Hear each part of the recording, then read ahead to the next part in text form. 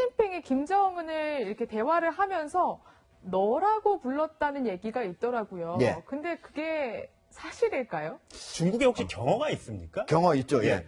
중국에는 우리하고 달리 이렇게 존칭어가 별로 발달돼 있지 않아요. 예. 오히려 우리의 존칭어가 중국에서 오지 않았을까 이렇게 생각했지만 실제로 중국은 다 이제 일반 평어로 이렇게 얘기하는데 예. 유일하게 이제 너는 니고요. 니. 그다음에 당신 이렇게 좀 존칭을 할 존칭하는 때는 거. 닌 그러거든요. 닌. 닌. 예, 아, 닌. 네. 예. 그런데 이제 사실은 공식 석상에서는 너라는 말은 잘 쓰지 않아요. 이 내용을 보면은 제가 주석에 다시 선출됐을 때 가장 먼저 당신의 축전을 받았습니다. 네. 이런 얘기거든요. 그걸 이제 나라고 하는 어하고 중국어로 또 이제 너라고 하는 니를 썼는데 사실은 공식 석상에서는 쓰지 않는다. 다만 일반적인 우리 친할 때는 친근하면은 나이가 많은 사람이건 적은 사람은 친근감의 표시로 하지만은 사실 여기는 유교적인 자리잖아요. 그렇죠. 그래서 매우 이례적으로 썼다. 그래서 이례적이죠. 시진핑 주석이 친근감을 표시하려고 설령 썼다 한들 매우 이례적이다. 그래서 그렇군요. 사실은 이제 또 신화통신이 그걸 보도를 할 때 김정은이 시진핑 주석을 지칭할 때는 거기다가 닌으로 써놨거든요. 아. 예. 여긴 그러니까 거기서 뭐 당신이고 여기는- 우리말로는 당신이라고 했는지 뭐 예, 주석으로 했는지 저 모르겠지만 주석 직함을 불렀다면 주석 그대로 썼을 것 같은데 어쨌든 뭐로 우리말로는 했는지 모르겠지만 거기다 존칭을 해놓은 걸로 봐서 약간의 신화통신이 의도적으로 예. 그 용어를 사용하지 않았을까 예. 이런 생각도 듭니다. 그 의도적이라는 게 이 영상으로도 확인될 수 있는데요. CCTV에서 쓰는 김정은의 영상을 보면요. 받아쓰는 모습이 있습니다. 그러니까 시 주석이 뭔가 얘기하면 우리나라 적자생존이란 말도 있었는데 이렇게 김정은이 뭘 받아 적는 모습이 나옵니다. 그러니까 오른쪽에 화면의 오른쪽에 열심히 받아 적고 있죠. 하지만 어제 조선중앙TV에서 공개된 이 김정은의 모습은 같은 장면인데도 불구하고 말하거나 경청하는 것만 보이거든요. 이것때 그러니까 중국에서는 우리가 더 큰 나라다. 북한에서는 김정은이 허탕하게 찾아갔다. 뭐 이런 걸 좀 강조하기 위해서 의도적으로 편집해서 서로가 보여주는 게 아닌가. 같은 그렇죠. 장면인데. 저것도 충분히 그렇다고 볼 수가 있는데요. 이번 같은 경우에 북중 정상회담에 CCTV가 보도하는데 무려 14분을 보도했었는데 예. 왜? 네. 3,500자를 다 읽었거든요. 아. 이 북중 정상회담 공식 발표는 3,700자는 엄청나게 긴 글자입니다. 대개 우리 같은 경우에 한중 정상회담 했을 때 글자 수가 1,263자에 불과했거든요. 그러니까 얼마나 큰가 이렇게 알 수 있는데 저기에서 김정은이 이렇게 자기가 이렇게 예. 메모하는 모습은요. 북한에서는 한 번도 본 적이 없잖아요. 감히 국방위원장, 그렇죠. 노동당 위원장이 다른 사람 얘기를 여기다 이렇게 쓴다 하는 그렇죠, 거는 그렇죠. 그거는 있을 수 없었는데 북한에서도 저 의도적으로 많이 저 부분을 편집해서 중국에서도 그걸 보여줬다고 볼 수가 있는데 과연 김정은이 똑같은 거의 비슷한 나이대에 문재인 대통령을 만났을 때 문재인 대통령이 얘기할 때 저걸 메모를 어떻게 하는지 이거를 보면은 문재인 대통령 김정은이 상대를 좀 존중해서 나이가 그렇군요. 있으니까 거의 뭐 30살 차이 나지 않습니까? 예. 네. 그러니까 30살 이상 차이가 나니까 그랬는 건지 아니면 아닌 건지를 예. 볼 수가 있다고 봅니다. 다만 예. 저 장면에서 저게 이제 정상회담이거든요. 예. 저 중국 측은 7명이 앉았고 북한 측은 5명이 앉았어요. 예. 그런데 저 왼쪽에서 이렇게 시진핑이 앉았던 모습에서 왼쪽에서 보면 시진핑이 세 번째에 앉았어요. 마찬가지로 김정은도 그쪽 세 번째 앉은 자리에 맞대면을 이렇게 한 거죠. 예. 그런 걸 보면은 시진핑이 오히려 거기에서 김정은, 즉 자기가 네 번째에 앉아야 정중앙이거든요. 네, 네. 양쪽으로 네, 보면 네. 그러지 않은 거는 김정은을 오히려 좀 어느 정도 대우를 했다라고 예. 볼 수가 있습니다. 자, 마지막으로 리설주 얘기 좀 해보겠는데, 리설주가 처음으로 이제 해외 국빈 방문에 이제 비공식이지만 따라갔습니다. 그래서 중국에서 굉장히 인기가 있는 모양입니다. 오죽하면 우리나라에서 가장 인기 있는 여배우 중에 한 명인 송혜교 씨를 닮았다. 송혜교만큼 이쁘다. 라는 얘기까지 돌까요? 그 어쨌든 나이가 지금 우리 나이로 이제 30 정도 되는데 옛날에 비해서는 참 앳됐던 모습이 지금은 좀 많이 중후해진 모습을 이제 보여주고 있습니다. 과거에 아시안 게임 때 이제 우리나라 왼쪽에 화면이 우리나라에 왔을 때 인천 아시안 응원단으로 왔을 때 모습인데 저때 앳띤 모습은 좀 사라지고 지금은 정확하게 지금 자녀를 몇 명을 출산했는지 뭐 이남일녀, 일남이녀 얘기가 있습니다만 새 엄마의 어머니인 경우에 좀 많이 좀 달라진 모습을 보이고 있습니다. 하여튼 중국 네티즌은 김정은보다는 훨씬 더 리설주에 관심을 보이고 있고 정상국가라는 그 이미지 측면에서는 이번에 좀 북한 입장에서는 좀 성공을 거둔 게 아닌가 싶습니다. 자, 황교안 국장 여기서 인사드리겠습니다. 고맙습니다. 감사합니다.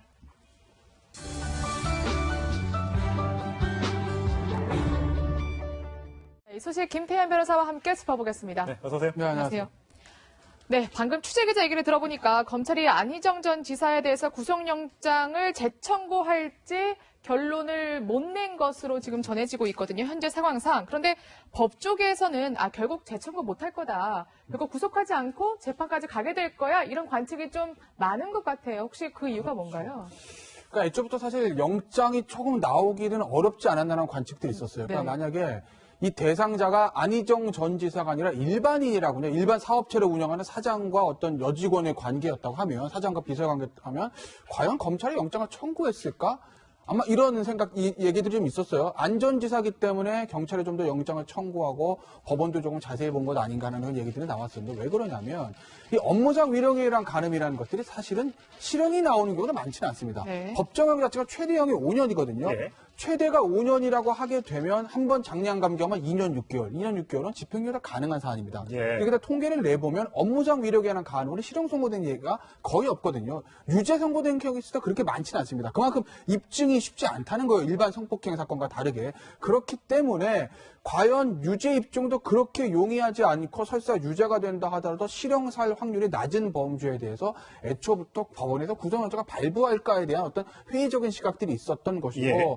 역시 그런 회의적인 시각들을 좀 반영을 하듯이 이번에 영장 기각됐기 때문에 검찰이 추가로 재구속영장을 청구하기는 쉽지 않을 거다라는 관측의 무게가 실리는 거죠. 근데 법원에서는 이제 피의자의 방어권 보호가 이제 그 제한 때문에 방어권을 유지시켜 주기 위해서 영장을 발부하지 않았다라고 얘기했잖아요. 그렇죠. 근데 또 피해자 쪽에서는 피해자의 안전도 중요하지 않냐. 물론 뭐 안희정 전 지사가 뭐 일부러 가서 뭐 해를 한다거나 이렇게 하지는 않겠습니다만 왜냐하면 밖에서 안전지사가 활동하는 모습을 보고도 사실 피해자라고 한다면 그 마음의 상처 이런 것들도 굉장히 심하지 않겠습니까? 피의자의 방어권이라는 용어는 그 법정에서도 많이 쓰는 용어고 이제 네. 판례에서도 인정된 용어인데 그건 피의자의 방어권을 위해서 영장을 발부하지 않는다는 얘기는 예. 바로 하고 무죄가 나올 수도 있겠는 걸 이겁니다. 만약에 보통 그렇다면 영장에 보통 그 소명이 없다라는 예. 얘기를 쓰죠. 예, 그래서 다툴 여지가 있다 이런 걸 그렇죠. 쓰잖아요. 범죄 성립을 다툴 여지가 있다라고 말을 쓰는데 그건 이번에 쓰진 않았어요. 예. 아마 영장을 발부하는 판사의 머릿속에 무죄의 심증이 아주 많은 경우에 이제 그런 얘기를 쓰고 그거보다 한 톤 낮았을 때 쓰는 얘기가 이제 피해자의 법을 꼭 정해진 건 아닌데 예. 그런 식으로 많이 쓰거든요. 그러니까 어쨌든 피의자의 방어권을 언급했다는 거는 확실히 유죄의 심증은 들지 않다는 거를 아마 반증하시면 그렇게 보시면 될 거예요. 피해자의 안전권. 이거 사실 뭐 판례에서 쓰는 용어는 아닙니다. 다만 피해자의 변호인들이 피해자의 안전권이라는 단어를 쓴 건 뭐냐면 이 성범죄 사건 같은 경우에 영장을 발부하는 주된 이유 중에 중에 뭐가 있냐면 이거 밖에 놔두면 이 피의자가 피해자를 계속 접촉해서 회유와 협박, 압박 등을 통해서 예. 야, 너 진술 바꿔 또는 너 빨리 합의 봐 이렇게 강압을 할 수 예, 있다. 예. 그렇기 때문에 구속시키는 게 맞다라고 할 때 나오는 얘기들이 이제 피해자의 어떤 보호 얘기가 나오는 네, 거거든요. 결국 이제 피해자의 변호인들이 그 피해자의 보호 얘기를 든 건데 피해자의 보호도 중요하지만 그거보다 가장 상위 개념이 있는 게 과연 이 범죄가 성립할 가능성이 있는가? 예. 유죄 성립 가능성이 있는가? 이 부분입니다. 유죄인지 무죄인지 조금 애매하다. 그랬을 경우는 피고인의 어떤 이익으로 보는 것이 형사정법의 대원칙이기 때문에 그렇기 때문에 피해자의 어떤 보호도 중요하지만 피의자 입장에서 무죄 성립 가능성이 높다고 하게 되면 그러면 법원에서는 쉽게 영장을 발부하지 할 수는 없죠. 예. 아직은 뭐 누구의 말이 맞고 누가 유무죄의 진실은 아직 가려지지 않은 상태입니다. 법정에서 좀 더 가봐야 할 것 같고 일단 2차 피해자가 더 있다고 하기 때문에 2차 피해자에 대한 주장 여성에 대한 조사도 있어야 될 것 같습니다. 자, 안전지사 굉장히 많이 수척해진 모습으로 어제 새벽에 나왔죠. 그 모습 한번 다시 보고 얘기를 이어가겠습니다. 구속이 되든 안 되든 다 제가 다 잘못한 일이지요. 하고 재판 예. 준비 계획이 있으시다면 아닙니다. 지금 다른 말씀 못 드리겠습니다. 충분히 소명하셨다고 보세요? 거기까지만 말씀드리겠습니다. 그 피해자가 고소인들이랑 국민들에게 한마디 좀 해주신다면 말씀드렸던 것 지금 다 제 불찰이고 제 잘못입니다. 부끄럽습니다. 국민 여러분 죄송합니다. 용서해 주십시오. 혐의는 여전히 부인하시는 건가요? 여기까지 하겠습니다.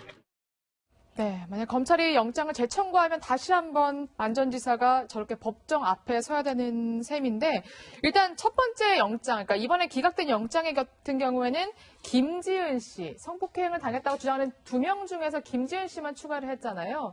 근데 그 이유가 검찰이 김지은 씨만으로 굉장히 자신감이 있다 이렇게 얘기를 했거든요. 네.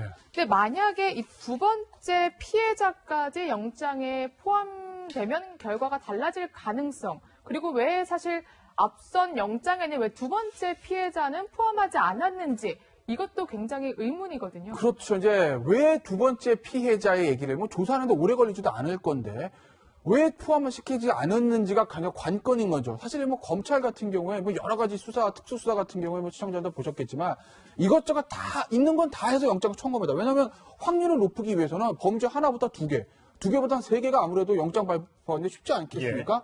그리고 혐의 있는 건 다 조사해서 영장에 담는 것이 일반적인데 이번에 2차 피해자는 두 번째 피해자는 넣지 않았어요. 예.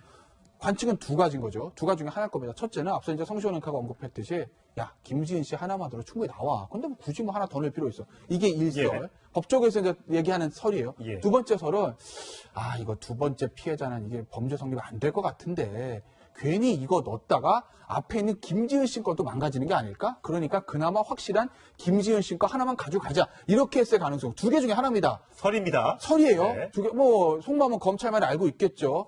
두 개 중에 하나일 건데, 뭔지 아직 확실하게 나오진 않았어요. 그런데, 일설이라고 하면, 만약에, 김지은 씨 것만으로도 충분했다고 생각했는데, 영장이 안 났다고 하게 되면, 이제 두 번째 피해자를 다 추가해서 다시 예. 재청구할 겁니다. 네.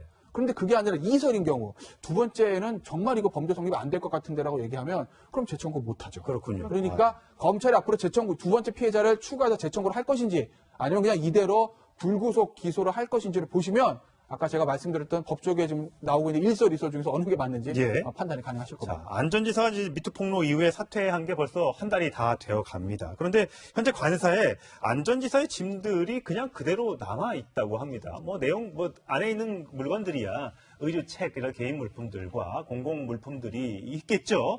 어쨌든 충남도청에서 일하고 있는 사람들조차도 안전지사 때문에 굉장히 마음의 상처를 많이 입었잖아요. 그런 물건들을 좀 정리해줬으면 하는데 아직 이게 사퇴를 했다 해도 법적인 처벌을 안 받았기 때문에 안 빼도 되는 겁니까? 사실 법적 이제 사퇴를 했기 때문에 사실 뭐 도의에서도 이거 처리가 된 것으로 예. 알고 있거든요. 그러면 이제 법적으로 유죄가 나오든 무죄가 나오든 안희정 전 지사는 도지사로서의 권한이 없는 거죠. 그렇죠. 권리와 예. 의무가 모두 없는 겁니다. 그렇다고 보면 이제 사택에서 살 권리도 없는 거죠. 그럼 사실은 이제 짐을 빼줘야 되는 예. 거거든요. 그런데 이제 안전지사가 워낙 거기 이제 취재진들 많고 그렇기 때문에 지금 컨테이너 생활한다는 거 아니겠습니까? 예, 친구. 그걸 처리를 안 하는 것 같아요. 그러니까 저범사를 처리를 해줘야 되는 게 맞죠. 예. 왜냐면 6월 13일은 새 지사가 뽑힐 그렇죠. 거고, 그러면 이제 새 지사가 저기 이제 관세에 들어가야 되는데 그 전까지 정리를 해줘야 될 거 아니겠습니까? 예. 그러니까 사실 청원경찰도 굉장히 힘든 지금 뭐 경비를 서고 있는 건데 안전지사 측에서 본인이 안 가더라도 뭐 가족이나 측근들을 통해서 저 짐을 정리하는 게 맞겠죠. 예. 네, 뭐- 이제 이번에 공직자 이제 재산 공개해서 공교롭게도 또 안희정 전 지사의 재산도 포함이 됐어요. 그래서 안 전 지사가 이제 재산을 얼마나 갖고 있는지도 공개가 됐는데 일단 이 부분은 이제 미투 폭로 이전이라서 뭐 미투 폭로 뭐 변호사 선임비라든가 이런 게 영향을 미친 거는 아니죠. 아니겠죠. 그렇죠. 뭐 지금 뭐 물러서긴 했지만 17년도 거를 18년에 이제 공개하는 그렇죠. 겁니다. 예. 네. 그래서 16년에 비해서 17년에 재산이 좀 줄었다는 건데 글쎄요 뭐 전년 대비 3천만 원 감소했으면서 크게 감소한 건 아니잖아요. 다른 근데 많은 장관들이나 네. 공직자들은 재산이 많이 늘었잖아요. 그렇죠. 줄어든 게 좀 독특하더라고요. 뭐 오늘 저도 그 재산 공개 봤는데 상위에 있는 사람들의 경우에 되게 이제 주식이 많고 부동산이 많습니다. 그렇죠. 예. 그러니까 주식이 사실 2011 장이 좀 괜찮았어요. 그러니까 주식 가격이 이제 오르는 경우도 있고 그렇죠. 부동산 같은 경우에는 좋은 물건들이 많이 올랐기 때문에 상승한 거 보이는데 안희정 전 지사 같은 경우는 부동산을 많이 보유한다든가 주식을 보유한다든지 그런 것들이 아니기 때문에 그렇기 때문에 뭐 상승폭이 좀 적을 거고 제가 좀 생각해 본 건데 2016년도 대선 경선이 있지 않았습니까? 예. 그러니까 사실은 경선이 있었기 때문에 뭐 본인의 돈을 좀 썼을 가능성도 좀 있죠. 여지까지 추정이니까. 예. 그러니까 아마 2016년에 비해서 2017년에 16년에 이제 쓴 게 17년에 반영이 되니까요. 예. 그래서 아마 재산이 조금 감소하지 않았을까라는 한번 생각들을 해보는 예. 자세한 건 저도 잘 모르겠습니다. 예.